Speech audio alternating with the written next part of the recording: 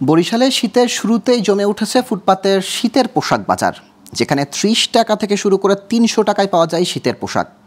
কম দামে শীতের পোশাক কিনতে প্রতিদিন এখানে ভিড় বাড়ছে। বিক্রেতারা বলছেন দেশের নানা পরিস্থিতির কারণে এবছর বেশি দামে পোশাক কিনতে হচ্ছে, তাই বিক্রিও করতে হচ্ছে বেশি দামে। বরিশাল থেকে মুজিবুর রহমান নাহিদের তথ্য ও চিত্রের ডেস্ক রিপোর্ট। অগ্রহায়ণের শুরুতেই বরিশাল নগরীসহ দক্ষিণ অঞ্চলে শুরু হয়েছে শীতের আমেজ। বরিশালে এরই মধ্যে জমে উঠেছে ফুটপাতে শীতের পোশাক বাজার।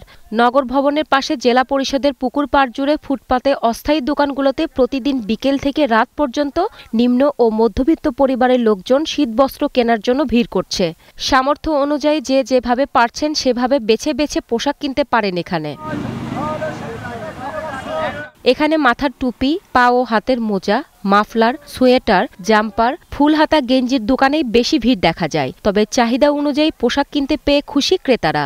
আমরা মধ্যবিত্ত মানুষ, তাই এখানে ভ্যান গাড়িতে কেনাকাটা করতে আসছি। কম দামে আমাদের কেনাকাটা ভালো হয়। আমার রুচিশীল মতো যে পোশাকগুলো পাচ্ছি সেগুলো ভালোই হচ্ছে। এর কয়েকটা কিনেছি। বড় বড় মলে গেলে হয়তো চাহিদা মতো কিনতে পারি না, এই জায়গায় আসলে নিজের ইচ্ছা মতো দেখে শুনে কেনা যায় আর আপনার চাহিদা মতো পাওয়া যায়। আমাদের মিডল ক্লাস ফ্যামিলির জন্য এইখানটা বেস্ট শীতের জন্য, ঠিক আছে। নাহলে যে এই পরিমাণ পোশাকের দাম আমাদের সম্ভব না মার্কেট থেকে সবকিছু কেনা।